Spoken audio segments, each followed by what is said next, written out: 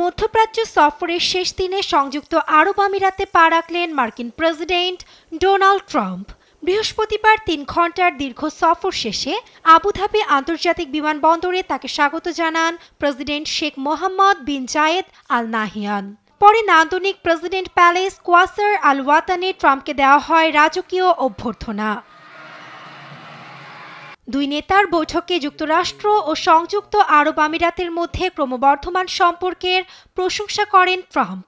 এ সময় যুক্তরাষ্ট্রে আগামী 10 বছরে সংযুক্ত আরব আমিরাতের কৃত্রিম বুদ্ধিমত্তা খাতে $1.4 ট্রিলিয়ন মার্কিন ডলার বিনিয়োগের প্রতিশ্রুতিকে স্বাগত জানান রিপাবলিকান এ নেতা।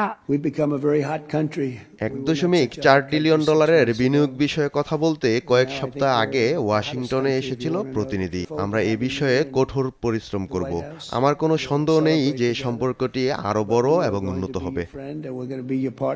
এ সময় প্রেসিডেন্ট শেখ মোহাম্মদ বিন জায়েদ আল নাহিয়ান জানান, বিশ্বব্যাপী শান্তি ও স্থিতিশীলতা এগিয়ে নিতে যুক্তরাষ্ট্রের সঙ্গে এক হয়ে কাজ করতে প্রতিশ্রুতিবদ্ধ তার দেশ।